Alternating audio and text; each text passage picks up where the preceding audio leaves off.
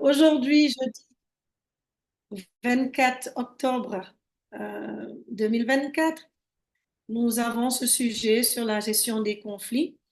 Je pense que vous me connaissez, professeur Alimatou Diop Ndiaye, je suis coordonnatrice de la plateforme ECO-SN Gender Equity and Leadership.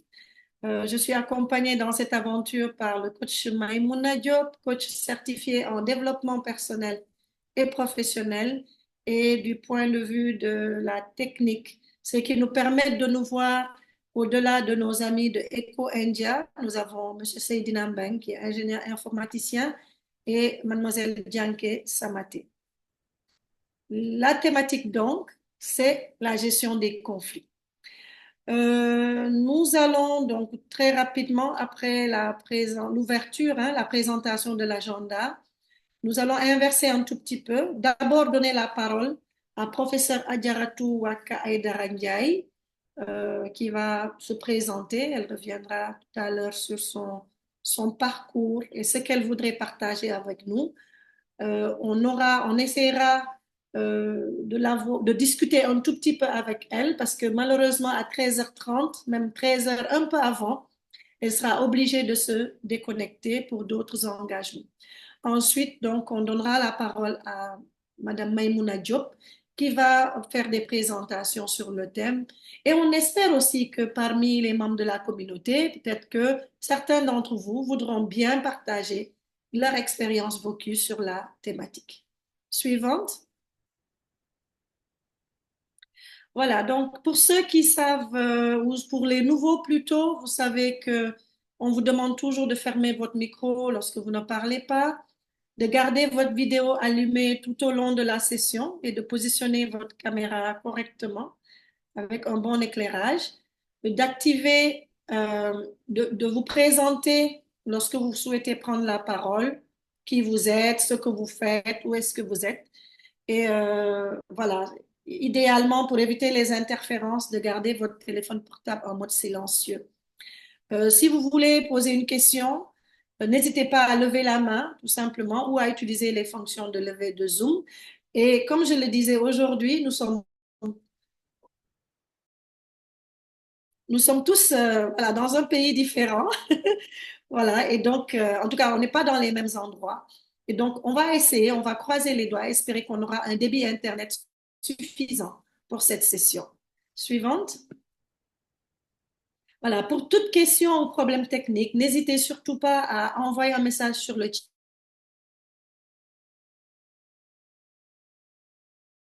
chat.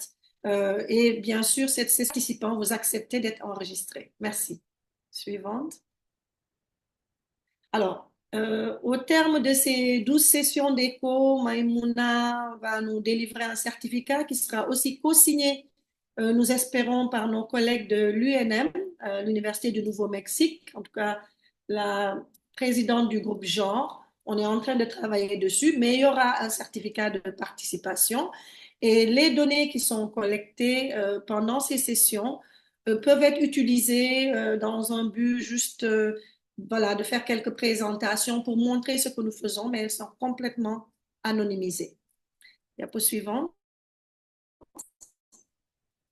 Voilà donc notre QR code que vous pouvez scanner, que vous pouvez partager avec d'autres collègues, d'autres amis pour qu'ils puissent nous rejoindre sur la plateforme ECHO. Merci beaucoup, Seydina. Donc, sans plus tarder, je vais donner la parole à Coach Maimouna pour qu'elle se présente. Ensuite, on donnera la parole à notre invité du jour qui va se présenter et qui va enchaîner et faire son témoignage. Maïmouna, à vous la parole. Merci, professeur Alimatou. Donc voilà, très rapidement, je suis Maïmouna Diop, coach professionnel certifié, consultante et formatrice aussi en développement professionnel et personnel, et fondatrice et directrice du cabinet Humanity Progress, qui est un cabinet qui existe depuis plus de 11 ans. Et on travaille avec de nombreuses organisations internationales et aussi des entreprises. Voilà, merci. Merci beaucoup, Coach Maïmouna, qui nous accompagne Vraiment, je pense qu'on ne saurait la remercier.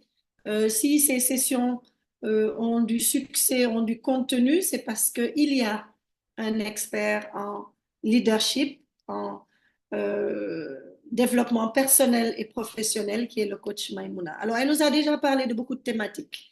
Les styles de leadership, qu'est-ce que le leadership, comment devenir un meilleur leader, comment communiquer, comment on gère les groupes, la prise de décision, c'était celle que nous avions fait la dernière fois, et la connaissance de soi, voilà, j'en passe, la motivation, tous ces thèmes ont été abordés. Aujourd'hui, nous voulons aborder la thématique de la gestion des conflits. Et pour cette thématique, nous avons invité professeur Adjaratou Waka Aydara Ndiaye. Professeur, vous avez la Allô? parole. Oui, Oui, professeur, bonjour, professeur Alimatou, excusez-moi. Bonjour à tous et à toutes. Je vais mettre la caméra tout à l'heure. Je vais un peu abuser de votre flexibilité et je mettrai la caméra tout à l'heure. Je me présente, je suis professeur à l'université, professeur assimilé, maître de conférence CAMES. Mais j'ai une autre casquette parce que je dirige une ONG qui agit dans la résolution de conflits et la promotion du leadership des jeunes et des femmes en Afrique de l'Ouest et au Sahel. Et je pense que c'est une des raisons pour lesquelles professeur Ali Matou m'a confié cette session et j'en suis vraiment honorée et je vous remercie de m'avoir fait confiance. Et pour la gestion de conflits, pour ce jour, je suis en train de gérer un autre type de conflit, donc un conflit d'agenda. Je pense que c'est très bien choisi. Et donc, ça me permettra après, comme d'habitude, donc, de tirer des leçons apprises et des bonnes pratiques. Je dirais, en fait, l'ONG Partners, en fait, pourquoi je dis la gestion de conflits, elle est importante à confier aux femmes et nous misons beaucoup sur la promotion du leadership des jeunes et des femmes. C'est parce que en fait nous sommes conscients en fait que les femmes ont une capacité, une compétence innée à gérer les conflits, tous les types de conflits. Vous verrez dans le slide, en fait, j'ai mis, je suis africaine, sénégalaise, musulmane, professeur à l'UQAT.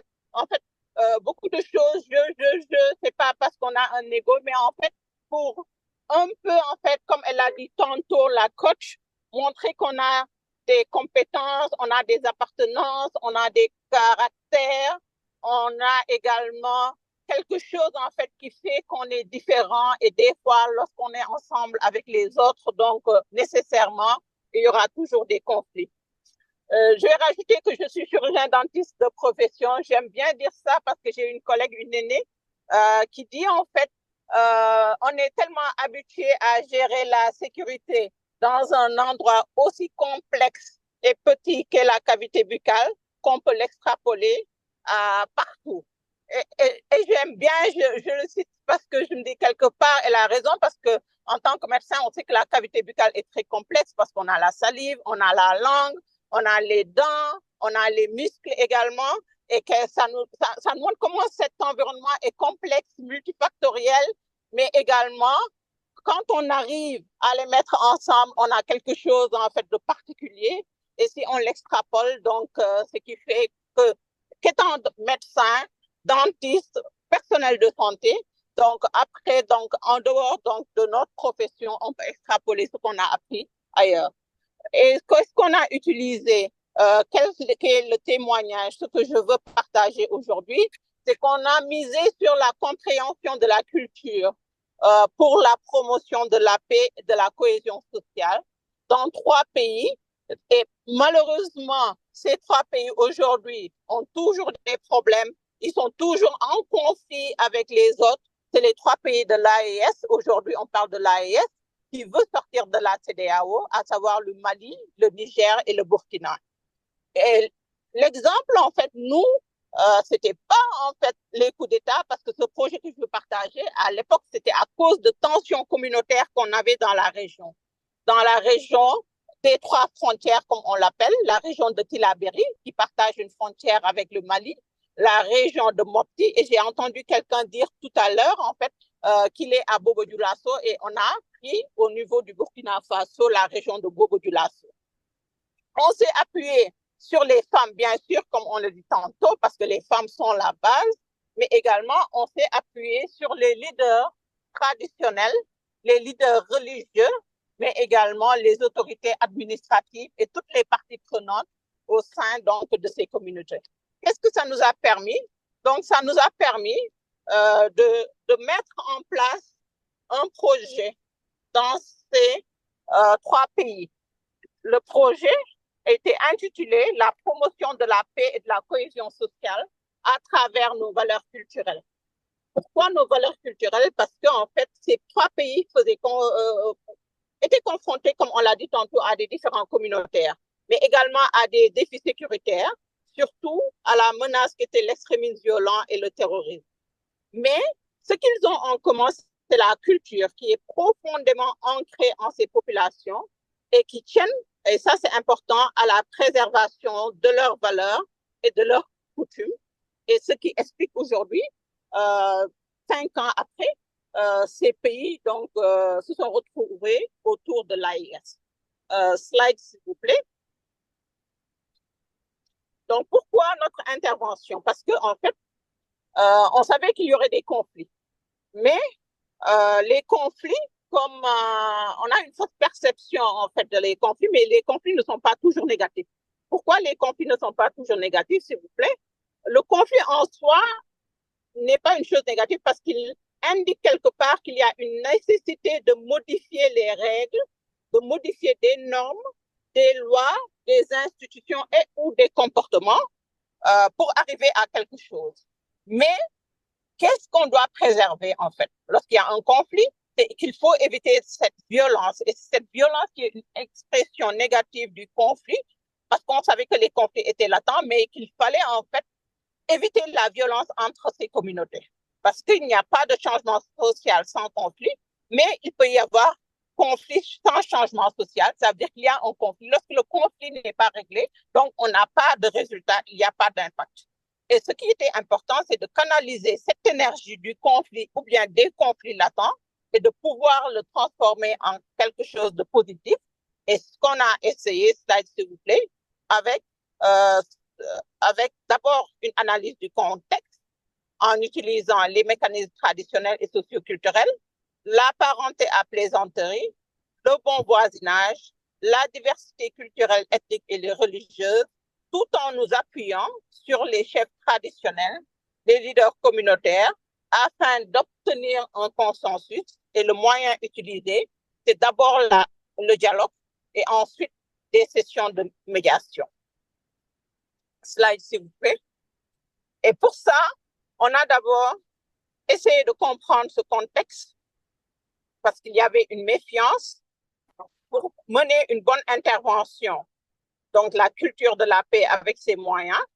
Donc, on avait l'insécurité avec son lot de conséquences.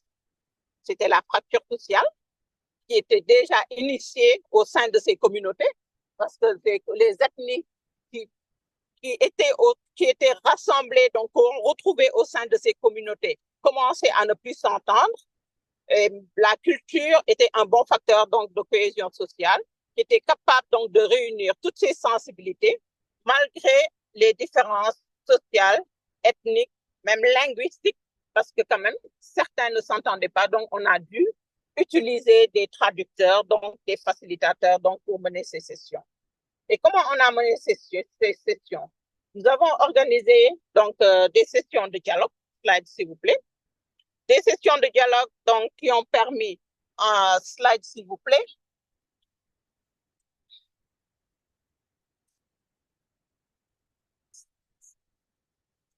donc des sessions de dialogue qui ont permis de mettre sur la table les femmes, les leaders, les autorités, mais également les représentants des forces de défense et de sécurité pour ensemble trouver des solutions à tout ce qu'on avait identifié.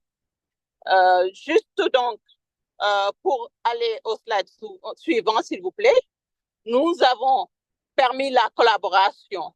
Et les leçons apprises étaient: les femmes doivent toujours être mises au cœur des stratégies de prévention et de résolution pacifique. Je tiens bien au terme pacifique des conflits, mais les facilitateurs doivent pouvoir être équidistants aux problèmes pour aider à différencier ce qui peut être réglé à court terme et ce qu'on doit projeter dans le long terme, et donc pouvoir identifier les causes latentes et amener les populations à l'accepter. Parce que comme on a dit tantôt, on a des intérêts et des intérêts sont divergents.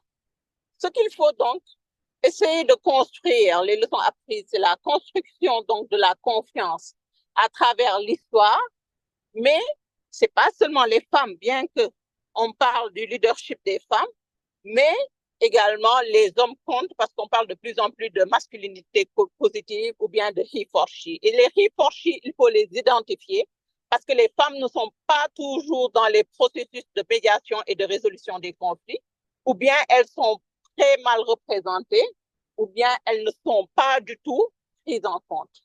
Et comment on a fait? On a organisé des visites communautaires qui ont réuni les chefs coutumiers, les leaders religieux et les couches de la société. Pourquoi? Parce que il y a des communautés où la femme n'a pas droit à la parole. Et même la femme ne se voit pas prendre la parole devant ses autorités. Les autorités, c'est pas seulement les autorités administratives et locales, comme on l'a dit tantôt, mais les chefs coutumiers, parce qu'il y a des croyances qui sont profondément ancrées. On a utilisé notre cible, c'était les enfants, parce que comme j'ai dit tantôt, on a la construction donc de la paix, la résolution pacifique, la prévention à court terme, mais dans le long terme, il fallait mettre en place ou bien identifier d'autres acteurs, et les acteurs qu'on a identifiés, ce sont les enfants. Et on a organisé des compétitions de chant, de poésie, de danse, de dessin et de théâtre, et ces moments ont été des occasions de partage d'expériences, de leurs ressentis, mais également de leurs besoins pressants avec les enseignants, les élèves bien sûr, mais avec les enseignants et les autres leaders donc, qui ont participé à ces sessions. Pour ne pas perdre les autres couches de la communauté, qu'est-ce qu'on a organisé? Des matchs de football. Parce qu'on sait aussi que le sport est un bon moyen de promotion de la cohésion sociale, mais également d'unification et de règlement pacifique de malentendus. En résumé, les bonnes pratiques, c'était surtout la négociation. Pourquoi la négociation? Parce que, comme on a dit tantôt, on a des intérêts divergents. Les intérêts des autorités administratives, des autorités locales, des femmes, mais également, on était dans la zone des 3 frontières. Les intérêts des communautés qui sont aux frontières sont différents des intérêts des autres communautés, par exemple, qui sont en zone urbaine. Mais également, les intérêts de ceux qui sont du côté du Niger sont différents des intérêts de ceux qui sont du côté du Mali ou bien de ceux qui sont du côté du Burkina Faso, comme on l'a dit tantôt. Et lorsqu'on parle en fait de négociation, les positions, c'est ce que les gens demandent et les intérêts sont pourquoi ils le demandent. Donc, il fallait prendre en compte tout cela et essayer de les réunir autour du plus important. Et la bonne pratique qu'on veut partager, que je vais partager, c'est la sensibilité au conflit. Donc, pour garantir un processus effectif, il faut s'appuyer sur la portée et le niveau d'analyse approprié. Qu'est-ce qu'il faut également? S'appuyer sur les voix et les perspectives locales. Donc, un processus qui puisse être le plus inclusif possible, c'est-à-dire un processus très collaboratif. Mais également, il faut engager des perspectives. Les perspectives et la remise en question de nos propres perspectives. Parce que lorsqu'on vient des fois en tant que négociateur et médiateur, on vient avec des perspectives, mais les réalités du terrain diffèrent, il faut pouvoir l'adapter et ne pas oublier d'identifier également les capacités locales, donc ceux qui sont au niveau local et qui ont des compétences qui puissent permettre donc d'atteindre donc l'objectif commun, l'objectif général. Et la compétence qu'on a identifiée, la meilleure compétence, donc, c'est l'écoute, mais surtout l'écoute active et l'écoute active, donc, c'est à développer parce qu'il faut pouvoir créer un rapport de confiance, il faut comprendre profondément ce qui se dit, même ce qui est tu, et surtout montrer qu'on est intéressé, montrer de l'intérêt à tout le monde et surtout être respectueux de tout le monde. Et en conclusion, ce que je pourrais dire, chers profs et tout le monde, c'est pour atteindre donc cet objectif, donc pouvoir gérer, c'est-à-dire pas la gestion d'un conflit lorsqu'il est déjà là, mais même prévenir le conflit, il faut pouvoir développer une plus grande conscience et connaissance de soi, c'est-à-dire le négociateur ou bien le facilitateur. Et c'est l'une des plus grandes compétences, mais également l'écoute, donc, qui est très important pour la connaissance de soi. Et l'écoute, donc, tout ce qu'on demande au fond, c'est de pouvoir aider ces communautés, mais également celui qui va les aider doit pouvoir s'appuyer sur l'intelligence émotionnelle, c'est-à-dire sa capacité à gérer, à apprendre et à utiliser ses émotions, ainsi que de le reconnaître et de manager celles des autres. J'ai essayé de faire vite, comme je l'ai dit tantôt, et je vous remercie vraiment tous et toutes. Et comme je l'ai dit tantôt, je m'excuse de ne pouvoir rester, et ça me prend vraiment parce que je pensais être échangée, mais je suis certaine qu'avec les prochaines sessions, je serai avec vous et je pourrai participer davantage et je vais essayer de me rattraper. Je vous remercie, cher prof Alimatou et toutes. Je vais mettre la caméra parce que je suis arrivée et je suis vraiment désolée parce que vous comprendrez pourquoi je ne l'avais pas mise. Vous verrez parce que je suis en voiture. Et c'est pas un manque de respect, elle comprend très bien, mais j'ai pas voulu ne pas honorer ma parole parce que j'avais voulu être avec vous. Merci.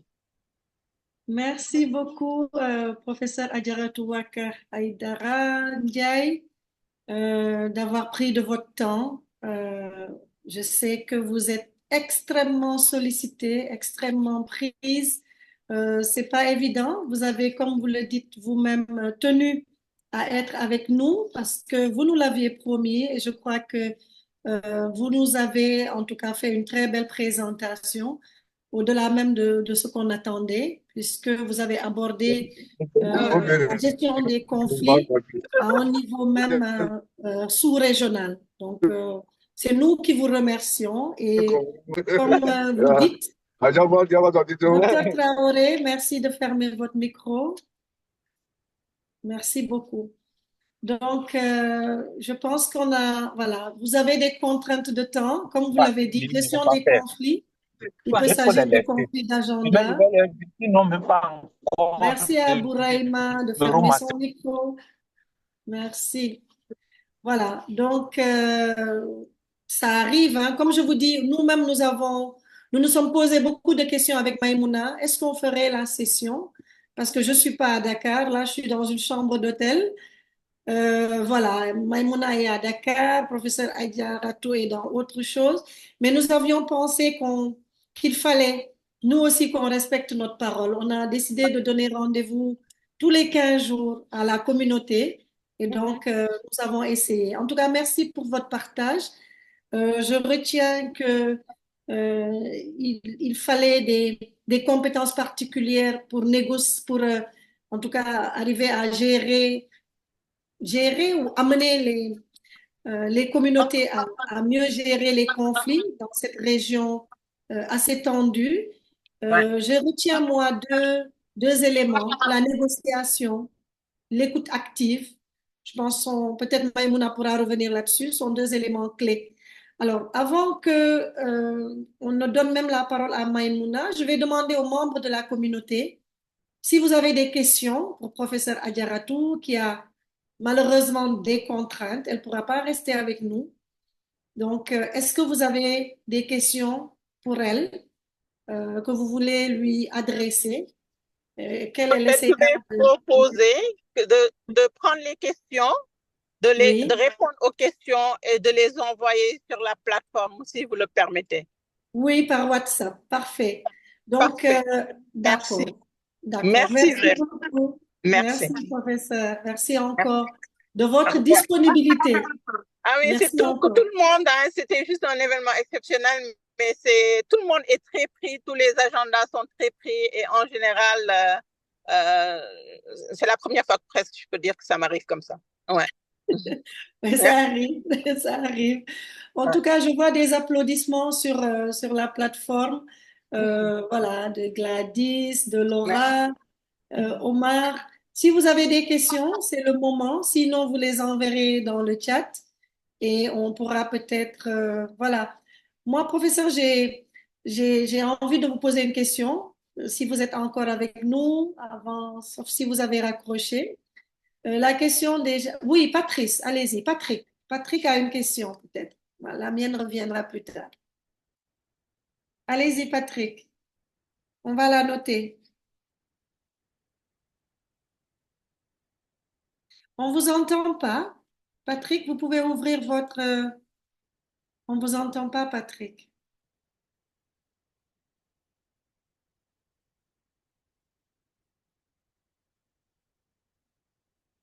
Patrick, on vous Est-ce que vous entend pas. m'entendez? Oui, là maintenant c'est bon. Allez-y. Merci, Allez-y. professeur, pour la parole. Je remercie également la professeure qui a présenté sur les conflits. Moi, c'est Patrick Kilunga. Je suis en République démocratique du Congo et je suis administrateur gestionnaire des ressources humaines dans une zone de santé. Et j'avais une question particulière par rapport à mon pays, la République démocratique du Congo. Et aujourd'hui, tout le monde en parle sur les réseaux sociaux par rapport aux conflits. Des conflits, et il y a la guerre à l'Est. Nous sommes en conflit avec les pays voisins. Et au niveau du pays, il y a un groupe armé, les M23. Et la guerre continue, il y a des millions de morts et les conflits persistent sans résolution. Et les conflits persistent parce que notre gouvernement a refusé de négocier avec les groupes armés qui est à la base de ces conflits-là. Alors ma question est de savoir, comme la professeure a souligné, qu'il faut une négociation et que faire au cas où une des parties concernées refuse de négocier pour mettre fin au conflit. Quelles sont les autres stratégies, les autres approches ou autres alternatives qui peuvent être utilisées pour que on puisse mettre fin à ces conflits-là? Merci. Merci beaucoup, Patrick. Merci. Je note les questions. Je vais les envoyer au fur et à mesure sur le chat. Peut-être que professeur Waka pourra y répondre tout de suite, j'espère, en tout cas avant la fin de la session. Je sais qu'elle doit rencontrer des partenaires. Comme elle vous l'a dit, elle est présidente d'une ONG et malheureusement, il y a eu un gros conflit d'agenda. Donc, c'est la raison pour laquelle elle a été obligée de se déconnecter. Mais on va lui envoyer la question. Et donc, Patrick, si je résume, hein, votre question, c'est lorsque un des membres, un des décideurs ne veut pas négocier, quelles sont les autres Oui, stratégies qu'on peut mettre en place? Je vais lui envoyer. effectivement. Merci. Merci Merci. beaucoup. Mossan Dominique Merci, Ndour. professeur. Ah, merci. Dominique Ndour, vous avez la main levée. Oui, merci, professeur Alimatou. Bonjour à tous. Je voudrais vraiment saisir l'occasion pour remercier le professeur Adiaratou pour son intervention sur les conflits et vous remercier vous aussi d'avoir mis en place cette plateforme qui nous permet d'avoir un renforcement de capacité gratuit sur des soft skills qui ne sont pas forcément évidentes à avoir. Et je remercie aussi la coach, Madame Maïmouna, pour la qualité des points qu'elle nous donne tous les 15 jours. Donc, ma question, c'est par rapport à la gestion d'une équipe justement pluridisciplinaire et parce que j'imagine que le professeur Adiaratou avait avec elle plusieurs nationalités.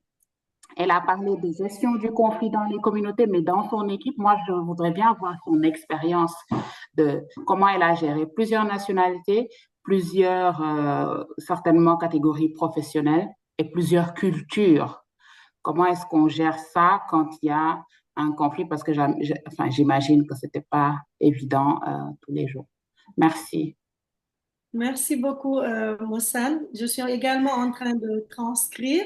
Donc, ce que je retiens de votre intervention, c'est que vous voulez savoir quels sont les skills qu'elle a eu à mettre en développer pour arriver à gérer euh, plusieurs catégories professionnelles, plusieurs cultures, plusieurs nationalités. C'est bien ça?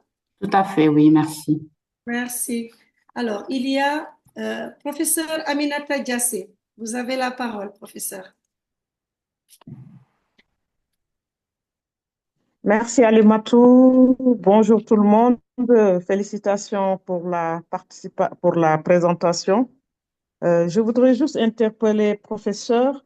Il a bien souligné que l'histoire et les hommes comptent. Mais je voudrais lui demander, est-ce que la vulnérabilité spécifique des femmes ne nécessite pas forcément une approche spécifique dans le cadre de la gestion des conflits? Certes, l'histoire et les hommes comptent, mais cette vulnérabilité spécifique pour les femmes et les enfants ne nécessite-t-elle pas une approche spécifique? Voilà ma question, Alimato, et encore merci pour cette échange de ce matin. Merci, professeur. Merci beaucoup. Euh, Votre question, si je la résume bien, c'est de savoir est-ce qu'il ne faut pas euh, peut-être des stratégies spécifiques pour adresser le problème de la vulnérabilité des femmes. Est-ce que c'est bien ça, professeur? C'est bien ça. Merci beaucoup. Nous allons maintenant donner la parole à Bouraima Zakariou. Oui, allô, bonsoir professeur. Bonsoir. Bonsoir à toute la communauté AIECO et merci à la présentatrice qui nous a donné cette chance de suivre la brillante présentation. Et parlant de gestion de conflits, moi, ce n'est pas une question, mais c'est des perspectives. De nos jours, dans nos structures, dans nos lieux de travail, il y a vraiment des conflits. Mon constat personnel me fait savoir que dans nos écoles de formation de base, ça manque. Ça fait que ce soit l'administration ou l'aide administrée, il y a vraiment des mésententes. Si des curricula comme ça peuvent être enseignés dans les écoles de formation, comme ça à la sortie, les gens sont déjà aguerris, puisque nous avons eu la chance de suivre une première présentation sur la dynamique de groupe. Maintenant qu'on a cette présentation sur la gestion des conflits, je pense que ça fera des futurs cadres et des sujets complets pour que nos administrations puissent fonctionner correctement. L'autre côté, on a tendance à juger l'administrateur, en tout cas le premier responsable, comme si il est venu en opposition contre ses administrés. Mais le manque de connaissances sur le groupe et la gestion des conflits fait que des fois, nous n'atteignons pas le résultat. Merci beaucoup pour ça. Merci beaucoup, Bouraima. Vous êtes du Niger, c'est ça? Et je suis du Niger, mais je réside au Togo.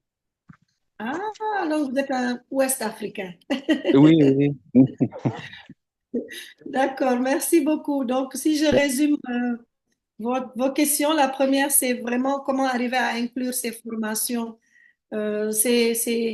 ces éléments de compétences dans nos formations de base pour qu'on soit outillés.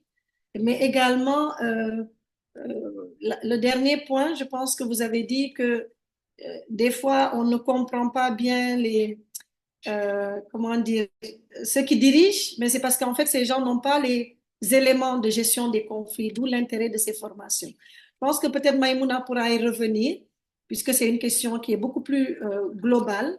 Mais c'est vrai que nous ne sommes pas formés, nous ne sommes pas toujours outillés. Nous gérons des groupes et nous n'avons pas ces compétences, d'où l'intérêt aujourd'hui de ECHO et comment voir pour mieux le rendre beaucoup plus accessible et beaucoup plus démocratique encore à tous les niveaux. Ça veut dire qu'il faut beaucoup de Maïmouna qui vont nous accompagner. On va y revenir, je pense qu'on va lui donner tout à l'heure la parole. J'ai vu une dernière main qui était levée, ou non, il n'y a pas d'autres mains. Donc, ce que je propose maintenant, professeur Adjaratou essaiera de répondre en ligne et je vous retransmettrai ses réponses. Maintenant, on va donner la parole à Maïmouna. Maïmouna, est-ce que tu veux peut-être dire un mot sur la question de Bouraïma ou est-ce que tu veux d'abord dire un mot par rapport à la présentation de professeur Adjaratou? Merci. Oui, merci, professeur Alimatou. Donc, moi, je veux d'abord remercier, bien entendu, professeur Ndiaye pour la qualité et vraiment la pertinence aussi, parce elle a parlé des conflits communautaires. Et là, ça nous amène encore dans un autre niveau. Et vraiment, ce que je retiens vraiment 4 mots-clés qu'elle a utilisés, c'est la négociation, l'écoute active, l'intelligence émotionnelle et aussi le contexte. Toujours faire très attention au contexte dans lequel on se trouve. Alors, pour les questions qui ont été posées, je pense qu'il y aura... Nous, ce qu'on va faire, c'est vous présenter quelques outils, quelques pistes de résolution de conflits. Mais après, il n'y a pas non plus de recette miracle. C'est-à-dire que chaque conflit est unique, hein, parce que les acteurs du conflit sont uniques, le contexte est unique. Donc, il n'y a pas une recette miracle qu'on peut appliquer, mais il y a des outils qui peuvent nous aider, en tout cas dans la stratégie qu'on mettra en place pour résoudre les conflits. Donc, voilà ce que je peux dire. Oui, merci Maïmouna. Je pense que il y a quand même la question de Bouraïma, puisque les autres sont peut-être plus spécifiquement adressés à professeur Diassé. Oui, très souvent, les gens réagissent pas comme on souhaiterait parce qu'ils ne sont pas formés à gérer les conflits. Et puis, l'autre question, c'est comment arriver à inclure ces éléments de compétences dans nos formations. Est-ce que tu as une idée, Maïmouna? Est-ce que, voilà, des pistes de réflexion au-delà de ce que nous sommes en train de faire, qui ne permet peut-être juste que de, voilà, titiller un peu, poser le débat, pas vraiment aller au fond des choses, mais qu'est-ce que tu en penses? Je pense que c'est une réflexion peut-être un peu plus large, mais peut-être juste, voilà. Oui, Comment non, non, est-ce tout à fait. Moi, je pense que déjà, dès le bas âge, on devrait enseigner des modules de leadership dès le bas âge. Et c'est vraiment regrettable que ça ne fait pas partie du cursus académique. Parce que quoi qu'on dise, nous sommes des êtres humains et il y a énormément de notions qu'on voit dans les modules de leadership comme l'intelligence émotionnelle, la communication constructive, comment développer des relations de qualité avec les autres dont on a besoin au quotidien. Donc, je pense que c'est vraiment important de faire des plaidoyers pour que nous puissions intégrer ces modules dès le plus jeune âge. Absolument, absolument. Merci. Nous allons maintenant demander à nos techniciens, nos ingénieurs informaticiens de nous projeter la présentation de Maïmouna. Janke ou Seydina? Voilà. En diaporama. Voilà, donc on va en venir à la présentation un peu plus didactique de Maïmouna après ce témoignage. On aurait souhaité peut-être aussi avoir d'autres témoignages des participants sur peut-être des conflits qu'ils ont eu à gérer, mais peut-être qu'après la présentation de Maïmouna, ils pourront toujours parler. Maïmouna, vous avez la parole. Merci. Merci. Et effectivement, hein, les témoignages, c'est très important. Donc, on souhaiterait vraiment qu'il puisse y avoir encore d'autres témoignages après la présentation. On peut passer directement à la diapo 3, s'il vous plaît. Bianche, diaporama et diapo 3.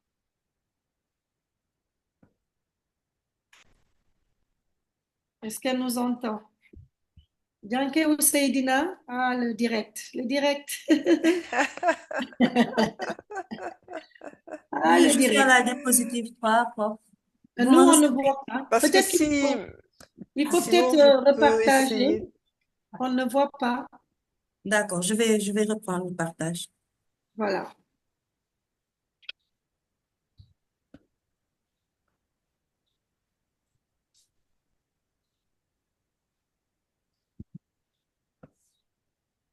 C'est bon. C'est bon, vous voyez mon écran. Oui, maintenant Oui. va à diaporama, s'il te plaît.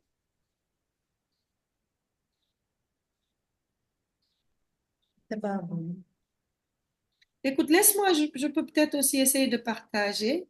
Tu peux arrêter ton partage. D'accord. Et puis, je pense que j'ai la présentation de Maïmouna. Alors, journal.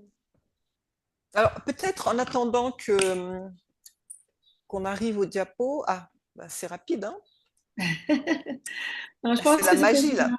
Non, c'était évident. C'est bon, prof? Oui, c'est parfait. Très Merci. bien. Allons-y. Alors voilà, c'était la diapo que je cherchais. En fait, c'était juste pour définir qu'est-ce qu'on entend par conflit, puisqu'il y a quand même une différence entre problème et conflit. Alors, le conflit, c'est une tension à forte composante émotionnelle entre des personnes ou entités qui touchent à l'existence d'une différence de concurrence ou d'une incompatibilité entre les besoins, les désirs, les valeurs, les styles ou les points de vue. Donc ça, c'est vraiment la définition officielle. Et les sources le plus souvent qui vont activer les conflits, c'est l'antagonisme au niveau des personnalités, donc des personnalités très différentes, les malentendus qui sont souvent dus à une mauvaise communication, les conflits d'intérêts, les divergences d'opinion. Et en fait, ce qu'on peut retenir, alors diapo suivante s'il vous plaît, c'est que la différence entre le problème et le conflit, c'est surtout dû au fait que dans le conflit, on va avoir une forte teneur émotionnelle. Donc le problème, c'est souvent lorsqu'il y a un écart avec la situation que l'on souhaite, le problème, il est mesurable, il est observable et il est rationnel. Le conflit, on a souvent de l'opposition, du choc, du heurt. Il est non mesurable, il est observable et il a une très forte teneur émotionnelle. Et c'est ce qui fait qu'il est souvent beaucoup plus difficile de résoudre un conflit qu'un problème. Puisque pour résoudre le problème, on fait appel à la raison, alors que dans le conflit, on va devoir désamorcer justement la partie émotionnelle. Diapo suivante, s'il vous plaît. Alors, on a déjà fait le témoignage, donc on va passer à la diapo suivante. Donc, nous allons maintenant parler du conflit en général et essayer de vous donner quelques outils, quelques pistes pour tout ce qui concerne la stratégie de résolution de conflits. Alors déjà, par rapport à la perception du conflit, c'est déjà bien de vous poser vous-même la question, hein, comment est-ce que vous percevez le conflit? Parce qu'on n'est pas tous pareils par rapport à la perception qu'on a du conflit. Il y a des gens qui ont horreur des conflits, qui ne supportent pas les conflits. Il y a des gens qui ont peur du conflit. Il y a aussi des personnes qui, au contraire, sont très à l'aise dans les conflits, vont même jusqu'à provoquer des situations conflictuelles. Il y a des gens qui sont neutres, donc qui sont indifférents, mais qui, quand il y a une situation conflictuelle, ça ne les dérange pas non plus d'aller dans le conflit. Donc, en fonction de nos caractères, de nos croyances, de nos personnalités, on a des perceptions différentes du conflit. Maintenant, comme l'a si bien dit tout à l'heure professeur Ndiaye dans sa présentation, le conflit n'est pas nécessairement quelque chose de négatif. Il y a des conflits constructifs. Lorsque le conflit amène au questionnement, permet d'avoir une communication authentique entre les personnes, d'aller au fond pour aborder les vrais problèmes, cela peut générer une nouvelle motivation. Parce qu'on va vraiment, on va se dire peut-être des choses qu'on n'aurait jamais osé dire en temps normal. Et cela permet donc de mieux se comprendre et aussi de voir les points de désaccord et de reconstruire. Par contre, lorsqu'il y a trop de conflits, il faut faire attention puisque ça va accroître la fragmentation des équipes, ça aggrave les différences, ça endommage les relations et ça affecte à la longue le moral et la motivation. Lorsqu'il y a trop peu de conflits aussi, on peut se poser des questions. Parce que comme on l'a dit, dans un groupe, si le groupe est vivant, il est tout à fait normal qu'il y ait parfois de la tension, des conflits. Et quand il n'y en a pas du tout, on peut se poser la question, est-ce que les gens ne sont pas dans une certaine démotivation, dans un certain désintérêt par rapport à leur travail? Hein, on a eu à voir dans certaines entreprises des équipes qui disaient simplement, nous, on est là, on fait le travail que le chef demande et quand on a fini, on quitte et on demande juste à être payé à la fin du mois. Et donc, c'était des personnes qui étaient tellement démotivées qu'il n'y avait plus aucune implication dans le travail. Donc, ça aussi, ce n'est pas ce que l'on souhaite en général. Donc, voilà, c'est juste pour vous donner un aperçu de la perception qu'on peut avoir face au conflit et de rappeler aussi que dans un groupe, il est normal qu'il y ait de temps en temps des situations conflictuelles. Diapo suivante, s'il vous plaît. Alors, les attitudes et les comportements que nous allons avoir. Donc là, moi, dans cette présentation, bien entendu, je me pose beaucoup plus dans un contexte et dans un cadre professionnel. Mais c'est aussi valable en dehors du cadre professionnel. Il y a des attitudes qui vont alimenter le conflit et il y a des attitudes qui vont plutôt chercher à résoudre le conflit.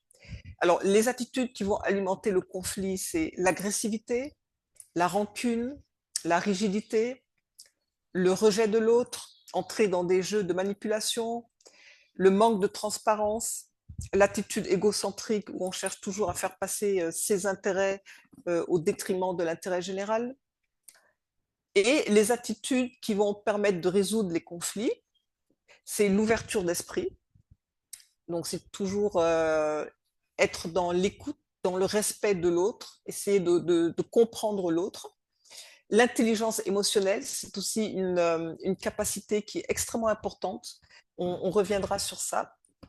La flexibilité et la tolérance, avoir l'esprit orienté solution, l'éthique et la transparence, et aussi méta-raisonner. Donc, on reviendra aussi sur le terme méta-raisonner.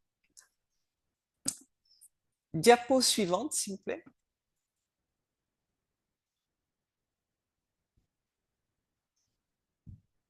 Alors, l'équipe Choc IT. Merci. Alors, les signes de conflit sur le lieu de travail. Les principaux signes, en général, bon, il va y avoir des frictions interpersonnelles, une baisse de morale et de l'efficacité, avec une faible productivité, la création de clans, parce qu'en fait, dès qu'il va y avoir des conflits, ça veut dire qu'on va avoir une diminution de la cohésion au niveau de l'équipe. Et quand il y a une diminution de cohésion, donc il y a une diminution de fluidité dans le travail, et ça va toujours affecter la productivité, la performance aussi, mais aussi le moral. Quand on travaille, quand on vient au travail, on passe beaucoup de temps au travail et qu'on est en conflit avec des collègues, ça automatiquement, ça a tendance à nous affecter. Diapo suivante, s'il vous plaît. Alors, la posture face au conflit, c'est surtout de prendre du recul et de méta-raisonner. Alors, qu'est-ce qu'on entend par méta-raisonner? C'est de monter à un niveau de raisonnement qui permet de se rendre compte quand l'émotion dirige le raisonnement et devient mauvais conseillère.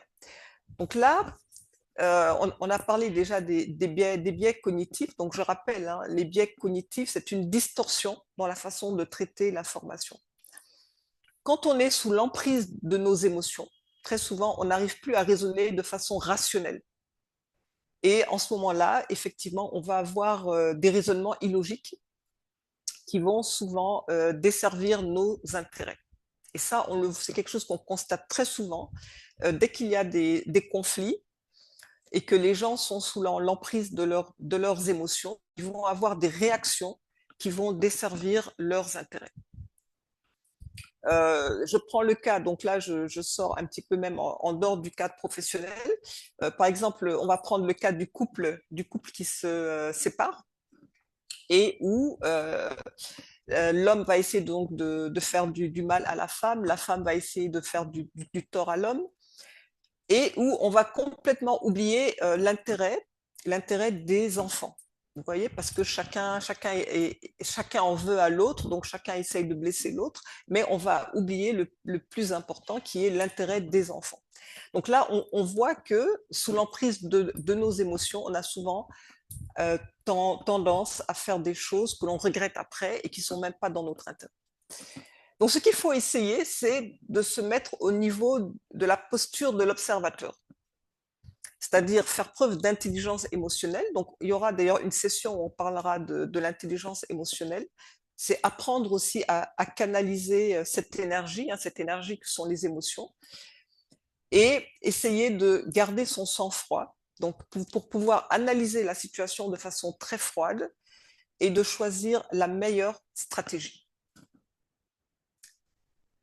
Diapo suivante. Alors, il faut aussi, quand il y a des situations conflictuelles, et ça c'est très important, identifier tous les acteurs et aussi les influences, parce qu'il faut savoir que les acteurs s'influencent mutuellement. Alors, on parle souvent des zygos. Alors, les zygos, c'est le I de l'individu, mais il faut savoir qu'un individu n'est jamais seul. Un individu appartient toujours à un groupe.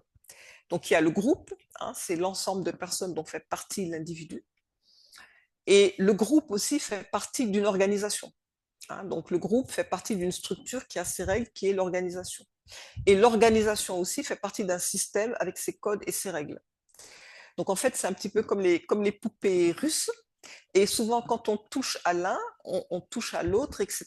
Donc, parce qu'il y a toujours des influences mutuelles. Hein, je donne un exemple. Par exemple, dans l'équipe, il peut y avoir un conflit entre deux individus.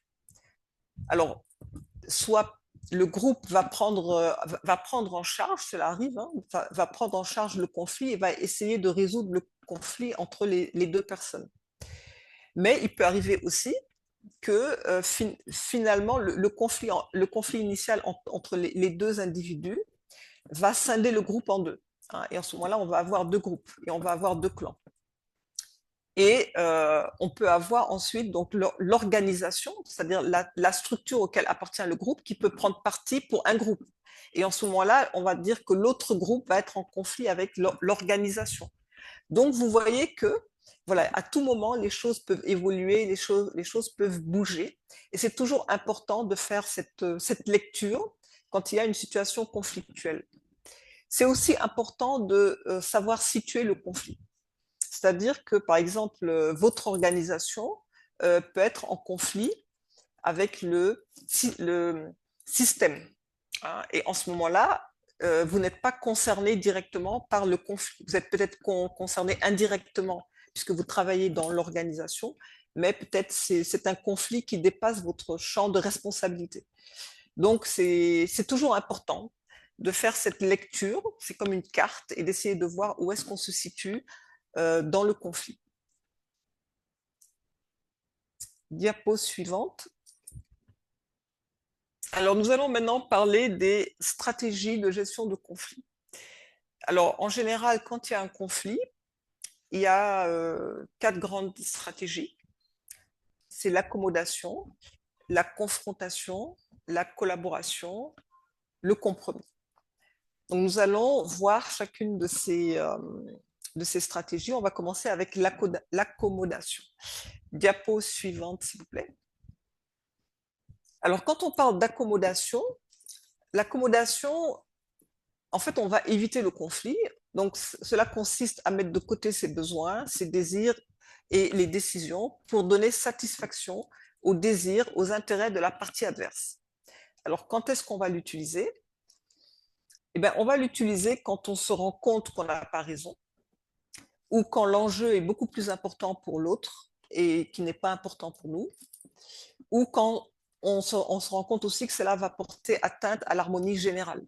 Par exemple, où on sait que bon, si on rentre dans ce conflit, ben ça risque de créer des problèmes au niveau de toute la structure. Hein. Donc voilà. Donc il faut toujours, comme je dis, il faut toujours faire preuve de beaucoup de sang-froid et analyser la situation pour voir quelle stratégie on va adopter. Alors, la confrontation, quand est-ce qu'on va aller dans la confrontation?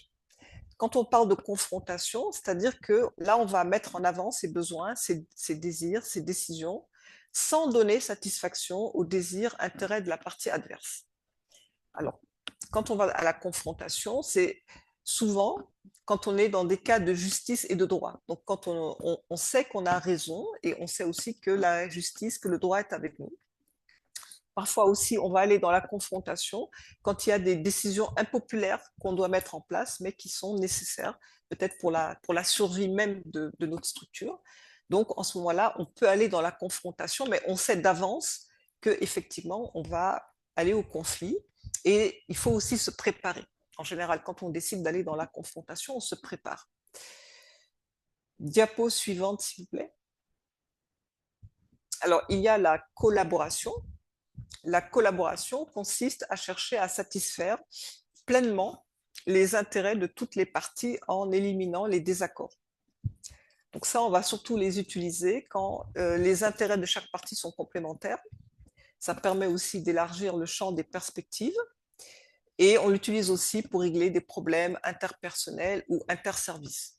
Donc là, très souvent, on va se mettre autour d'une table et on va prendre les intérêts de tout un chacun en compte et on va essayer de faire en sorte qu'on puisse trouver des solutions qui permettent de prendre en compte les intérêts de tout un chacun à la satisfaction de tous. Alors parfois on y arrive, parfois aussi on n'y arrive pas. Et lorsqu'on n'y arrive pas, en ce moment-là, on n'est plus dans la collaboration, mais on va être dans le compromis. C'est-à-dire que certaines parties seront obligées de faire des compromis. Diapo suivante. Donc voilà, c'est ce dont on parlait, donc le compromis. Donc le compromis consiste à régler le conflit en recherchant un compromis juste et équitable entre les intérêts des protagonistes. Donc, lorsque la collaboration ne fonctionne pas, c'est-à-dire lorsqu'on n'arrive pas vraiment à satisfaire toutes les parties impliquées, on va au moins chercher un compromis pour éviter la situation de blocage. Parce que très souvent, quand la situation est totalement bloquée, tout le monde y perd. Hein. Et on va chercher le compromis en utilisant la méthode Mésor. Alors, Mésor, diapo suivante, s'il vous plaît. C'est ce qu'on appelle la meilleure solution de rechange.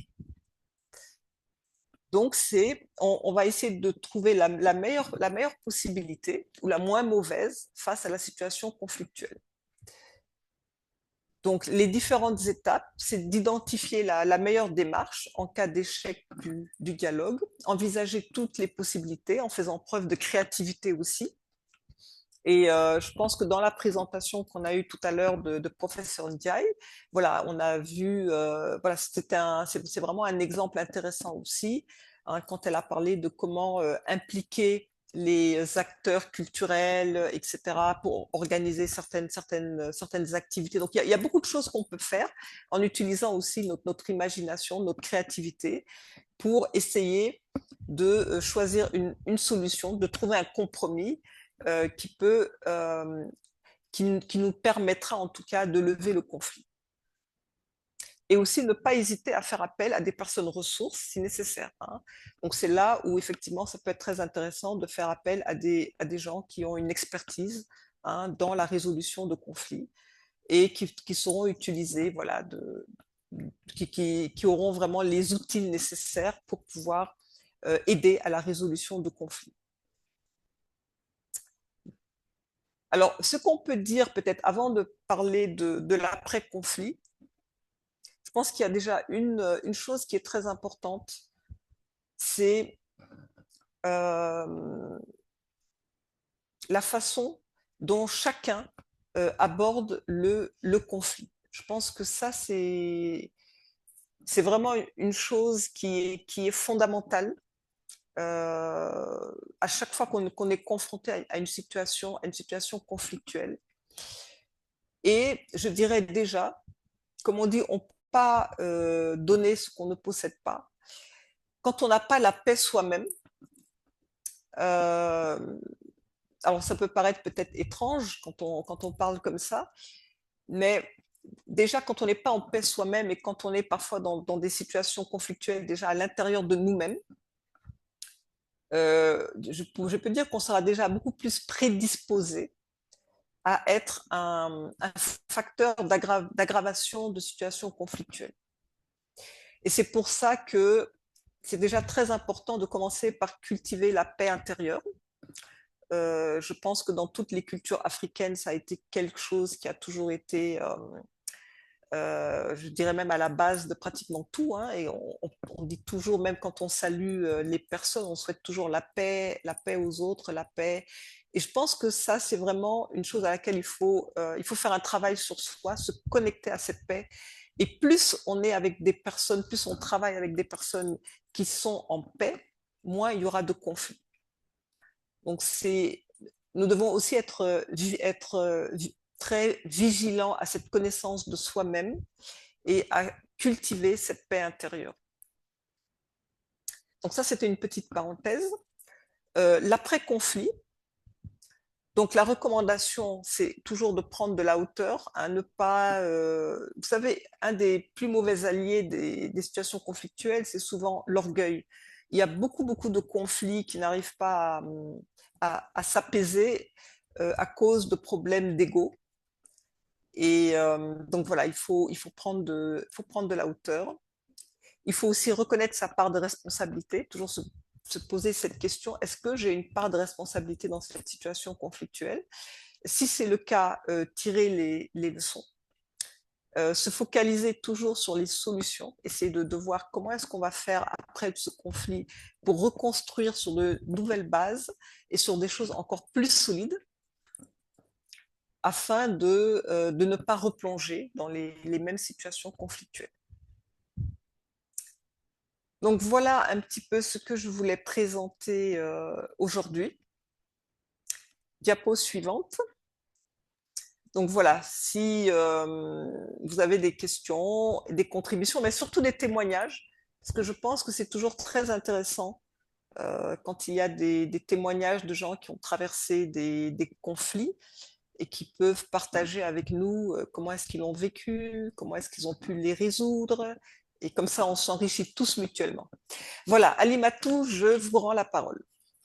Merci beaucoup Maïmouna, vraiment comme d'habitude, une présentation extrêmement riche. Je vois des applaudissements dans le chat. N'hésitez pas, hein? Applaudissez Maïmouna.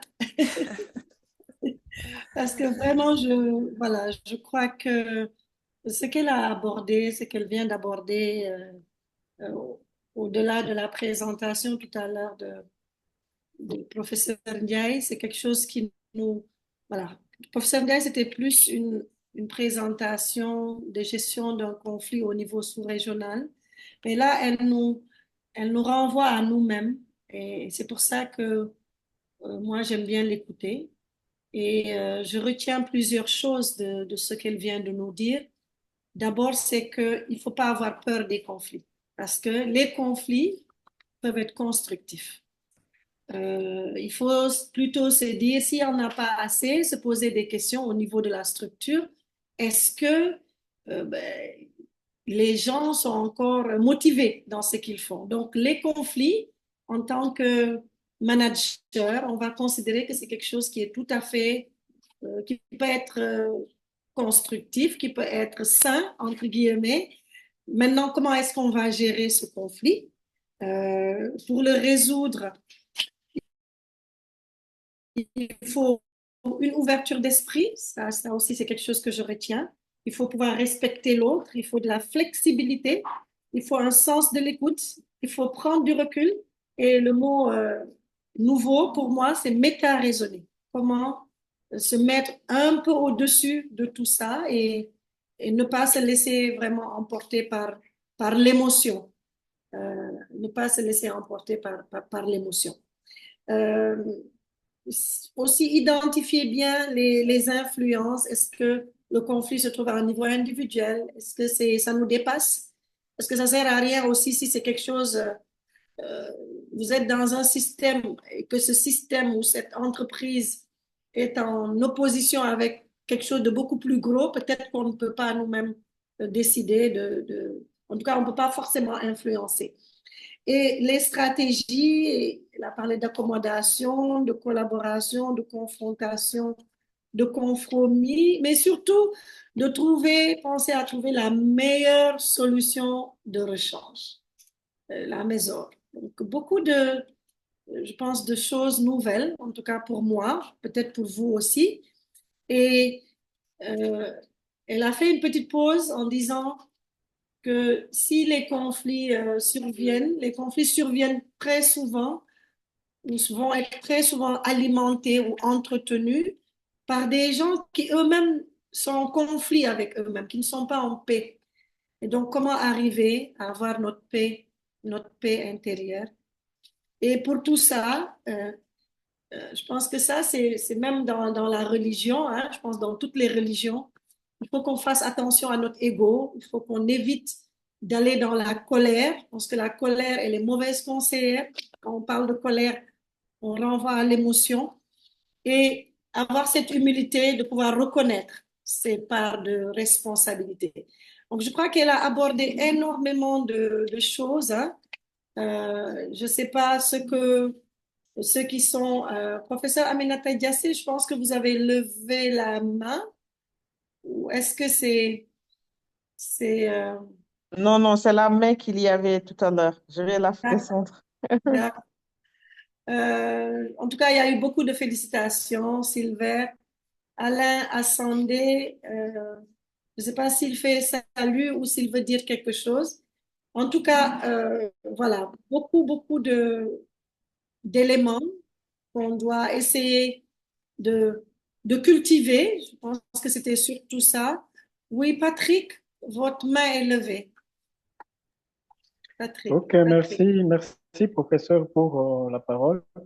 Je remercie grandement Madame Maïmouna pour la présentation. Et je voulais juste avoir un éclaircissement parce qu'au début, là, il a commencé par bien nous partager la différence entre un problème et les conflits que j'ai beaucoup aimé et apprécié. Néanmoins, je voulais juste savoir, est-ce qu'un problème non résolu ou mal résolu qui persiste, est-ce que peut générer un conflit les jours à venir? Merci. Maïmouna? Oui, donc je peux. Oui, vous voulez que je réponde direct? Il y en a une autre. Celle de je ne sais pas pourquoi il y a ce retour. Voilà. Donc, il y a une autre question de Palouki Gassibou qui dit, au-delà des remerciements, je voudrais savoir si la gestion des conflits par négociation est équivalente à collaboration ou compromis. Voilà. Donc, question pour Maïmouna. Deuxième question. Voilà. Et puis, il y a Silver qui lève la main. Bonjour Silver. Bonjour, professeur. Bonjour à toute la communauté. Merci et félicitations à Madame Maïmouna et au professeur qui a aussi partagé son expérience. Moi, ma première question, c'est d'abord de voir par rapport à la stratégie de gestion des conflits au niveau de l'accommodation. Est-ce que le fait que, par exemple, devant une situation conflictuelle dans laquelle vous avez raison, mais que votre protagoniste est beaucoup plus fort que vous et que vous ne pouvez vraiment rien dire, est-ce que c'est de l'accommodation ou c'est vraiment du compromis?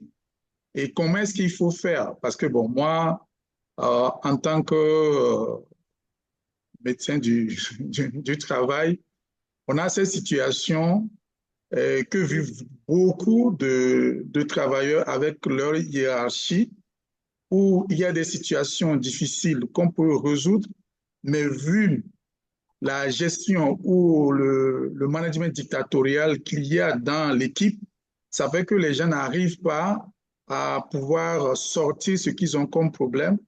Et aujourd'hui, on sait que l'une des conséquences, c'est que les gens peuvent aller de la démotivation à l'épuisement professionnel ou au burn-out. Et on a des cas où on retrouve des personnes avec des situations assez difficiles. Alors, comment est-ce que on arrive à faire pour pouvoir gérer ces genres de situations? Merci, professeur Maïssi Maïmoun. Merci beaucoup. Maïmouna, je te laisse répondre à ces trois questions déjà. J'espère que tu as pu bien noter. Oui, je crois que j'ai pris de bonnes notes, mais sinon, tu vas m'aider un peu. Alors, la première question, c'est par rapport aux problèmes et aux conflits. En fait, d'ailleurs, c'est souvent, on dit que on doit toujours essayer, dans une situation conflictuelle, on essaye de transformer le conflit en problème. Mais en fait, pour répondre d'abord à la question de monsieur, c'était, est-ce qu'un problème non résolu peut devenir un conflit? Oui, très, très souvent. Parce que quand il existe un problème et qu'on ne le résout pas, très souvent, il va y avoir à un moment donné des frustrations, donc il va y avoir des choses à teneur émotionnelle.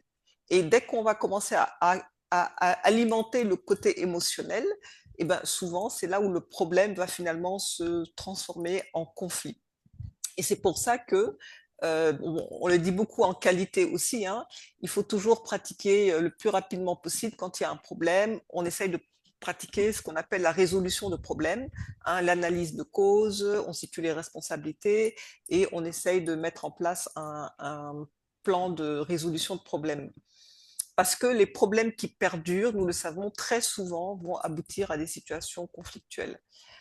D'un autre côté aussi, quand il y a un conflit, c'est toujours bien d'essayer de transformer ce conflit en problème. C'est-à-dire, on va essayer de discuter avec tout le monde, savoir quelles sont les causes, hein, quelles sont les causes du conflit. Et ça permet aussi aux gens, quand on libère la parole, ça leur permet aussi souvent d'évacuer justement le côté émotionnel, le ressenti. Donc, on va accueillir ces émotions-là. Bien entendu, il faut rester dans une communication très, très constructive, hein. Donc, on essaye d'accueillir tout ça sans agressivité et rebondir pour maintenant, une fois qu'on a désamorcé toute la charge émotionnelle, de voir, voilà, qu'est-ce qu'on fait maintenant, comment est-ce qu'on peut résoudre le problème. Et ainsi, on arrive plus ou moins à transformer le conflit en problème. Donc ça, c'était pour le premier point. Alors, le deuxième point, je pense, la personne demandait quand est-ce qu'on parle de négociation dans les conflits, mais je pense que en fait la négociation s'applique à toutes les stratégies. Même quand on est dans de l'accommodation, c'est une forme de négociation aussi, hein. On négocie toujours, donc que l'on soit dans l'accommodation, dans la confrontation, dans le compromis, dans la collaboration, on est toujours dans une démarche de négociation. On négocie avec soi-même, on négocie avec les autres pour voir qu'est-ce qui est acceptable, qu'est-ce qui ne l'est pas, sur quoi est-ce qu'on peut tomber d'accord, sur quoi est-ce qu'on ne tombe pas d'accord. Donc, on est toujours dans cette démarche-là. Et c'est pour ça, quand on est dans la démarche de négociation, on a besoin de prendre les meilleures décisions. Donc, ça nous renvoie un peu aussi à ce que nous avions vu lors de la session passée. On doit faire très attention de ne pas être sous l'emprise émotionnelle, parce que quand on est sous emprise émotionnelle, on a tendance à ne pas être dans le raisonnement lucide. Et donc, très souvent, on va prendre des décisions qui ne sont pas bonnes et on sera un mauvais négociateur. Pour être un bon négociateur, on doit être détendu. On doit regarder tout le champ des possibilités pour pouvoir choisir la possibilité qui nous semble la meilleure, la plus intelligente. Et pour ça, il faut être détendu, il faut pouvoir compter sur ses neurones. Donc, être vraiment ne pas être crispé, ne pas être stressé, et cela demande un certain sang-froid. Alors, le dernier point, monsieur avait demandé par rapport à la direction, à la hiérarchie. Alors là aussi, il faut faire attention parce que, comme j'ai dit, quand vous êtes dans une situation quand il y a une situation de conflictuelle, regardez toujours quel est votre rôle et vos responsabilités et quel est votre champ d'action. Donc, normalement, si par exemple votre hiérarchie décide de certaines choses, même si vous n'êtes pas d'accord, c'est quand même, normalement, c'est la hiérarchie qui a le dernier mot. Donc, vous êtes plus ou moins obligé de vous conformer. Maintenant, vous pouvez toujours, si vous n'êtes pas d'accord, vous pouvez toujours voir comment argumenter avec votre chef, s'il est ouvert à ça. S'il n'est pas ouvert à ça, et que vous pensez vraiment que, entre parenthèses, votre chef est en train de prendre des décisions qui n'ont pas beaucoup de sens ou qui vont dans le mauvais sens, vous pouvez toujours en discuter éventuellement avec les ressources humaines et voir si vous pouvez trouver un certain appui au niveau des ressources humaines. Mais n'oubliez pas aussi que dans toute structure, il y a quand même une hiérarchie et qu'on est obligé aussi de se conformer à la hiérarchie. Et je pense que professeur Alimatou, qui est militaire en plus, ne pourra pas, peut-être qu'elle va elle aussi nous dire un petit mot par rapport à ça, Mais voilà, hein, donc il faut savoir jusqu'à où on peut aller aussi, ça c'est important. Oui, oui, Maïmouna, quand tu parlais, j'étais en train de hocher la tête parce que, effectivement, Sylvain, il y a des moments où on peut rien faire. Lorsque la hiérarchie, c'est pour ça que c'est important de savoir où est-ce qu'on est, dans quel cadre on peut discuter.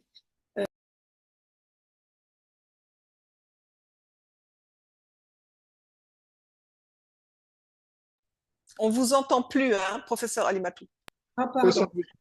Oui, j'avais fermé le micro, désolé. Donc, je disais que il est important toujours de bien analyser son champ. Il y a des environnements de travail où je veux dire, on s'en remet quelque part à la décision du chef. On ne peut pas.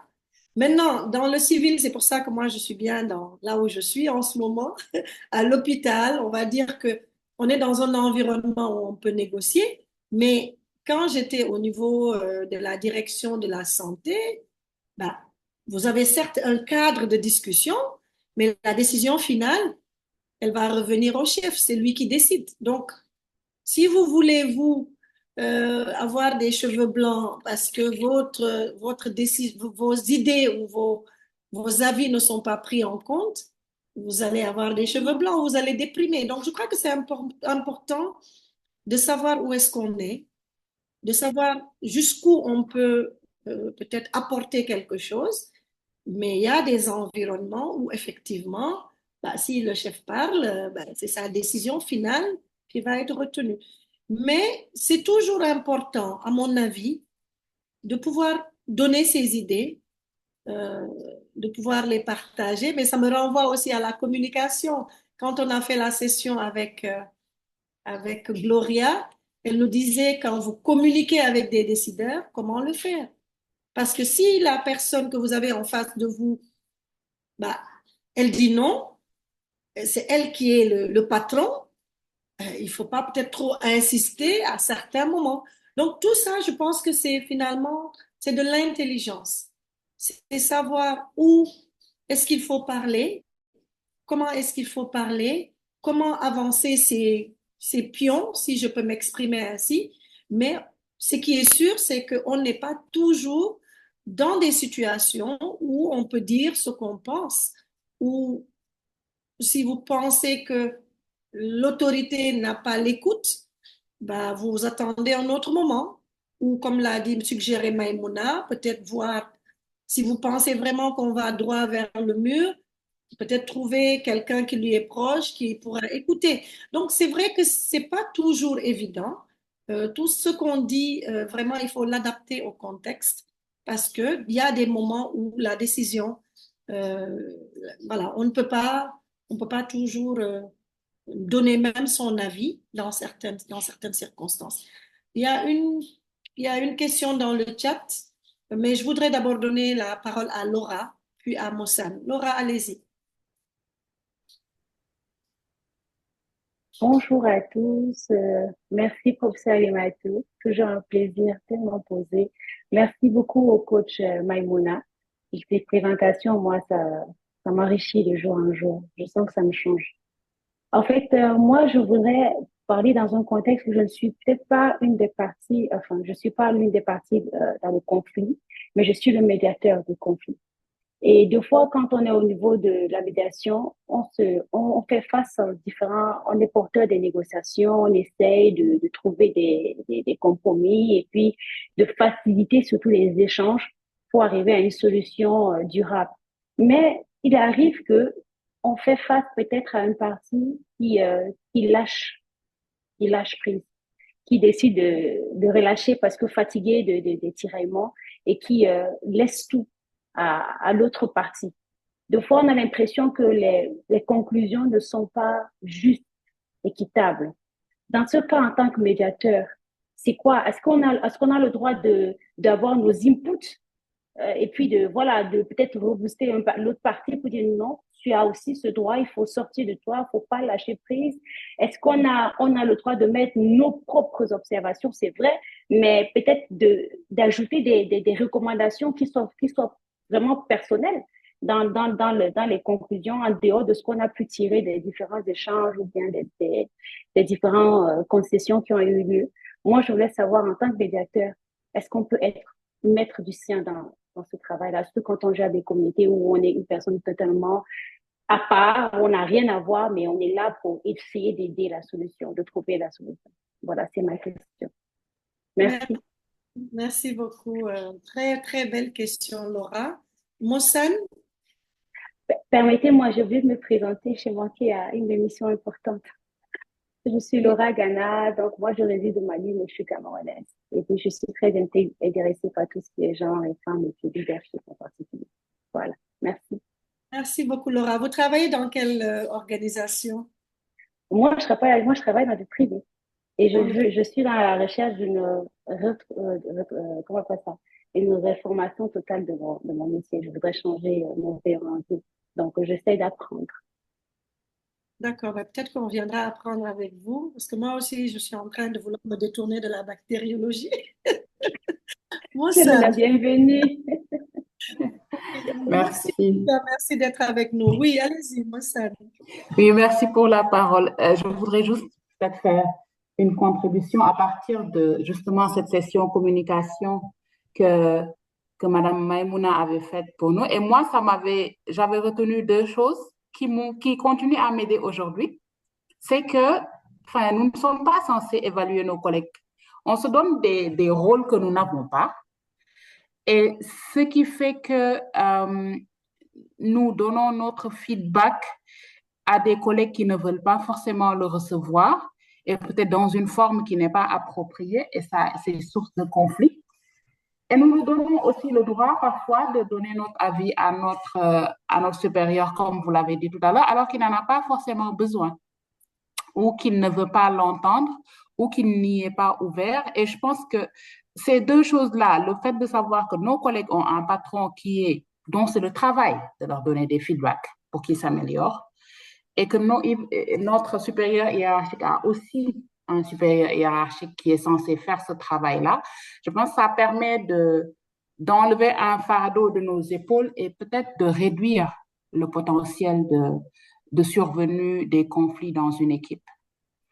Et peut-être le deuxième point que je voudrais aborder, c'est que, en tout cas, moi, ce que j'utilise, c'est d'éviter de prendre les choses personnellement, surtout en équipe, parce que ce n'est pas toujours à propos de soi.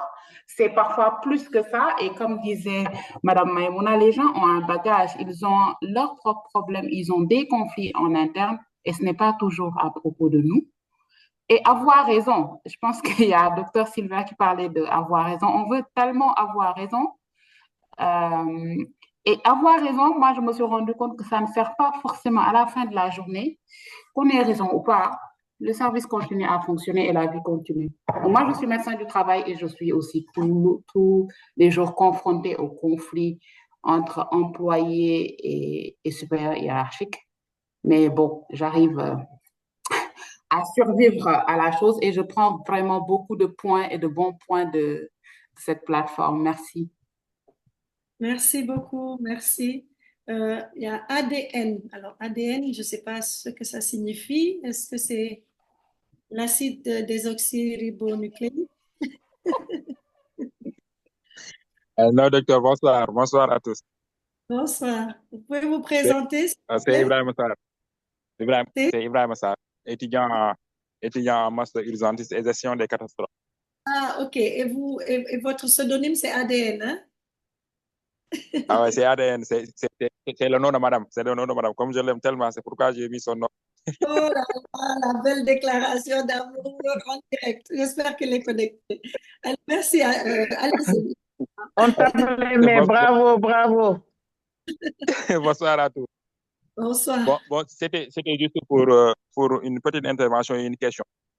Parfois, par rapport au conflit, nous nous accentuons plus sur les conflits verbaux entre mari et femme dans les sociétés. Le leader de la société a pris une décision, la décision ne vous enrage pas, il veut bouder, etc. Mais parfois, il y a une partie, il y a cette partie qu'on oublie. C'est quoi? Parfois, on ne se dit pas la vérité. Au niveau du groupe, il y a le chef d'équipe qui est là. Il parle parce que c'est l'autorité, ou bien c'est le directeur, il parle. Les gens ne font que dire oui.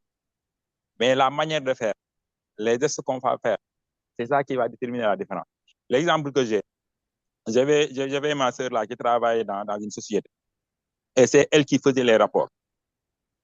Maintenant, son chef direct savait que ma sœur était plus diplômée que lui.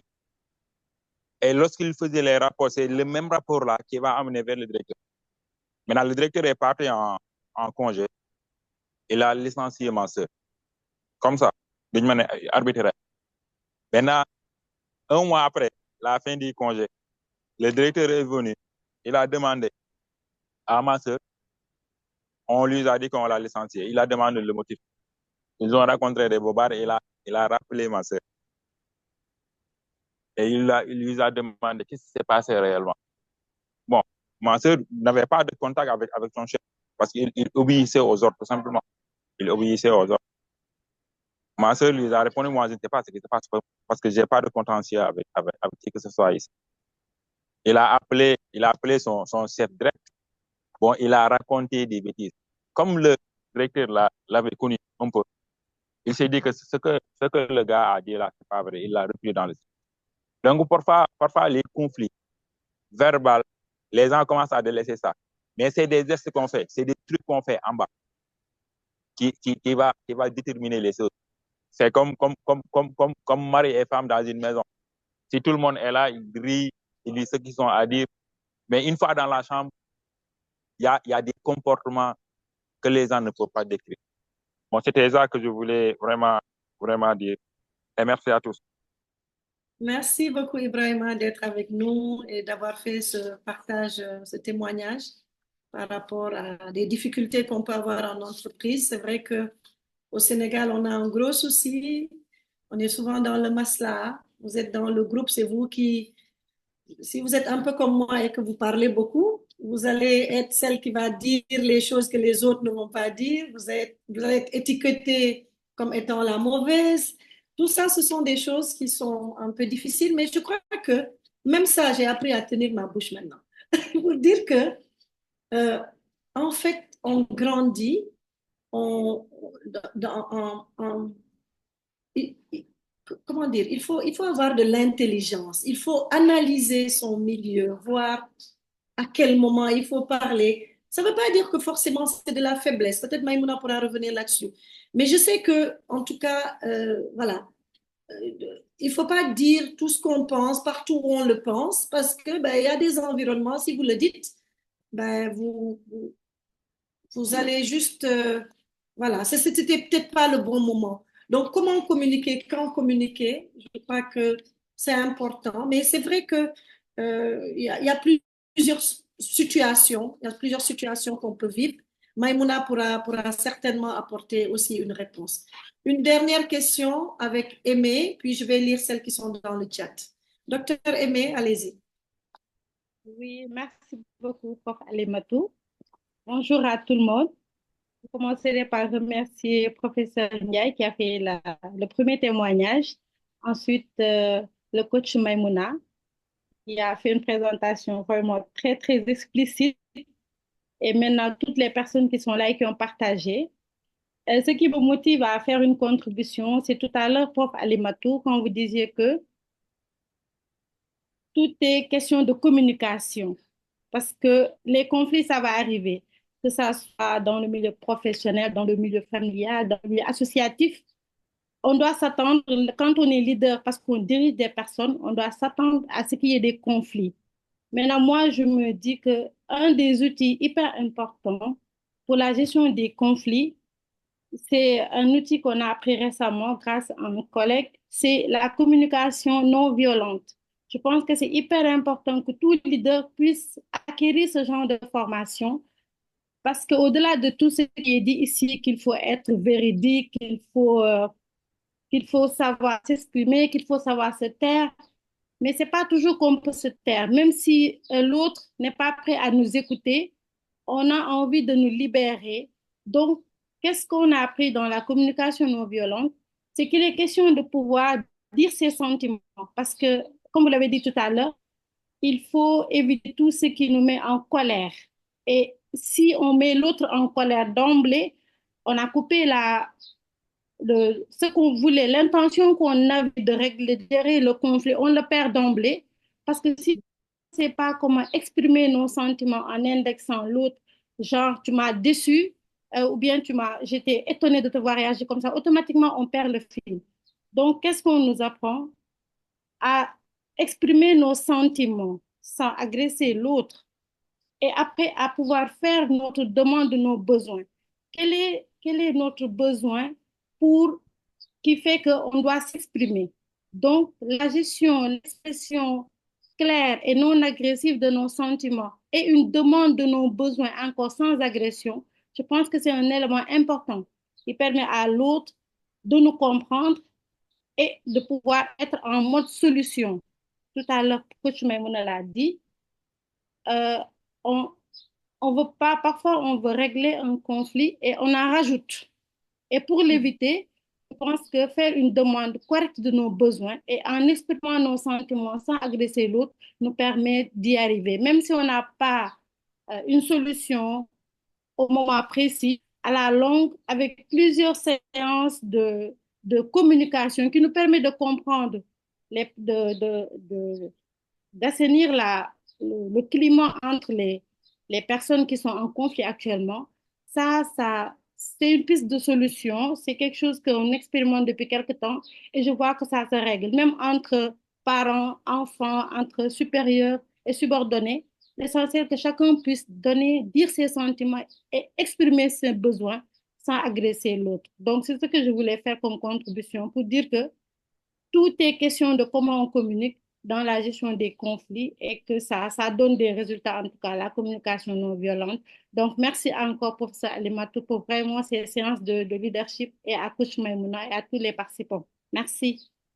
Merci beaucoup, Aimé. Merci beaucoup. Je pense que votre intervention permettra de répondre à certaines questions dans le chat.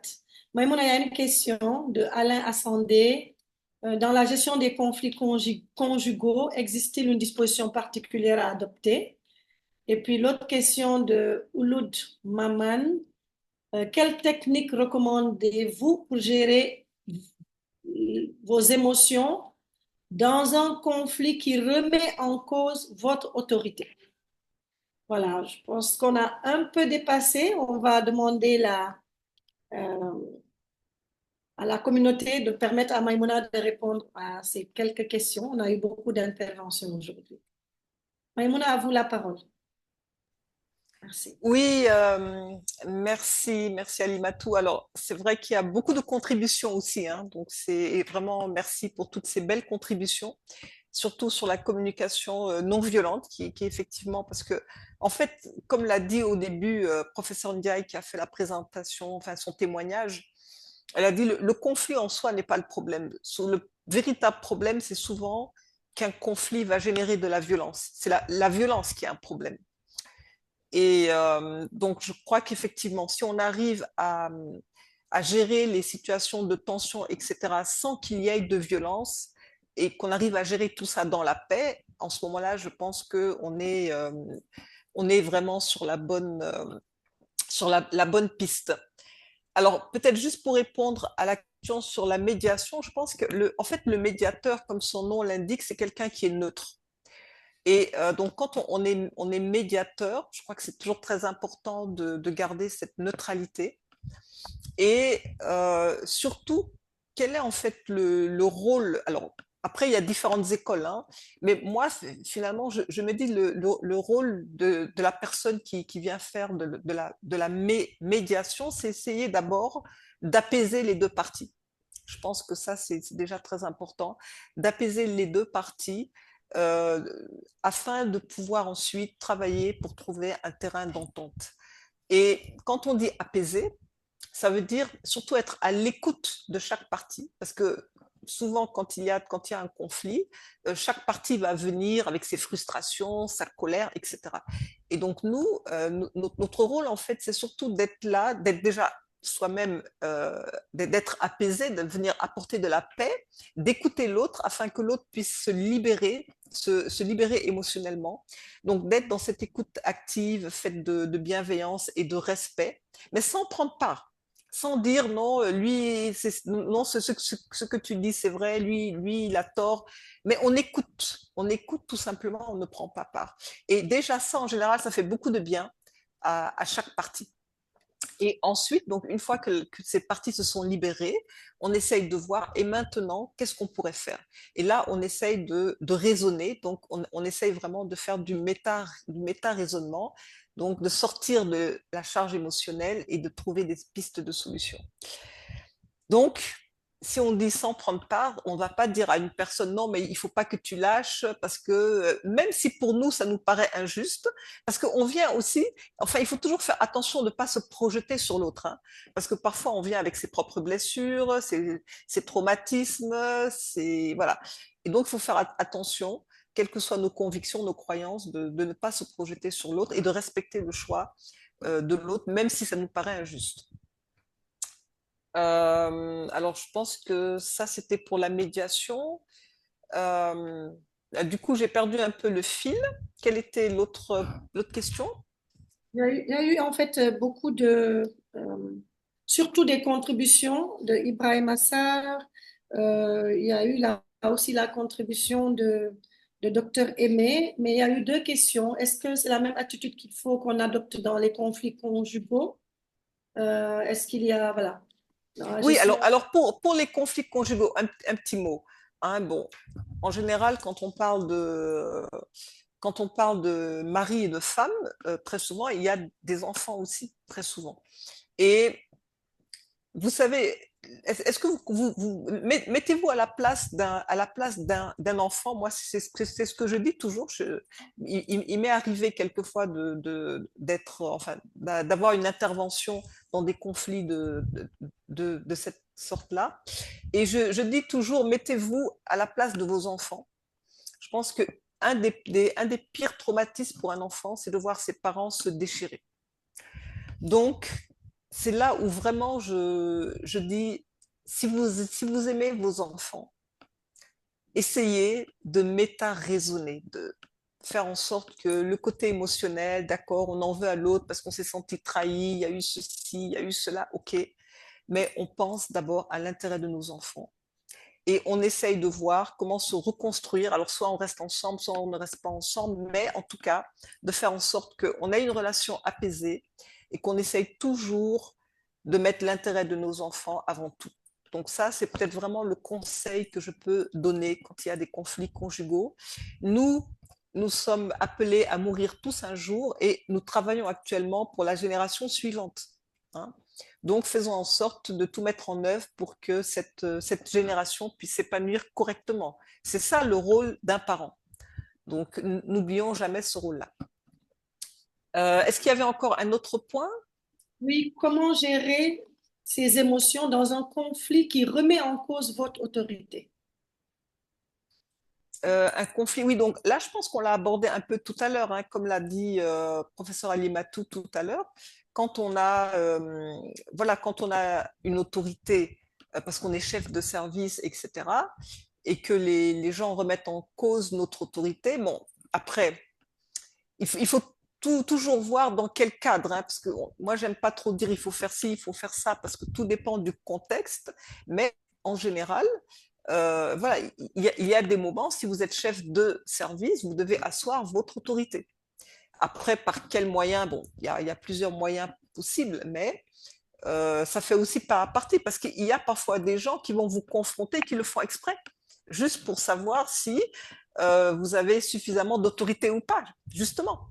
Donc, il faut faire attention aussi, hein, de ne pas se laisser manipuler. Absolument. Peut-être je pourrais juste rajouter quelque chose. Je pense que prendre du recul, c'est toujours bien. Des fois, vous allez voir le gars venir, vous savez qu'il vous cherche. C'est en pleine réunion, il essaie de vous déstabiliser. C'est là justement qu'on peut montrer qu'on est grand. C'est en ne tombant pas justement dans ces pièges-là. Prendre du recul, voilà. Quitte à remettre la discussion à plus tard, mais vraiment éviter limite de se chamailler en public parce que ça montrerait aussi quelque part. Moi, je pars d'un principe, c'est que je me mets au-dessus. Je pense qu'il faut vraiment avoir beaucoup de hauteur. Il est 14h41, cette discussion, elle est loin d'être finie. Je pense que Maïmouna, il faudra qu'on fasse gestion des conflits bis. Les questions continuent de tomber. On va peut-être essayer d'y répondre dans le chat. Est-ce que, voilà, toute dernière question, est-ce que tout conflit identifié doit être ramené au top manager pour résolution ou est-ce que tout un chacun doit se charger de régler les conflits quand il le peut? Toute dernière question. Non, encore une fois, comme on l'avait dit tout à l'heure quand on parlait de l'IGOS, c'est-à-dire que, par exemple, il peut y avoir un conflit entre deux personnes dans un groupe sans même que le chef de service soit au courant et le conflit, et c'est le groupe qui va résoudre le conflit. Vous voyez?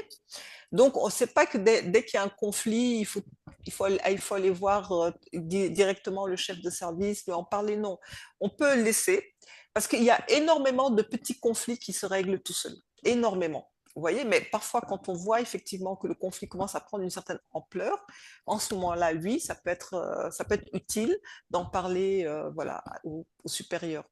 Mais il ne faut pas, à chaque fois qu'il y a un petit conflit, tout de suite venir taper à la porte du chef de service, etc. Non, je pense qu'il y a beaucoup, beaucoup de choses, vous savez, qui se gèrent naturellement. Merci beaucoup à tous. Laura, je vois que vous avez encore la main levée. J'espère que ce n'est pas pour une nouvelle question parce qu'on a dépassé de 10 minutes. Je vous donne quand même la parole. 30 secondes. Non, je pense que c'est une main qui traîne. Je vais la retirer.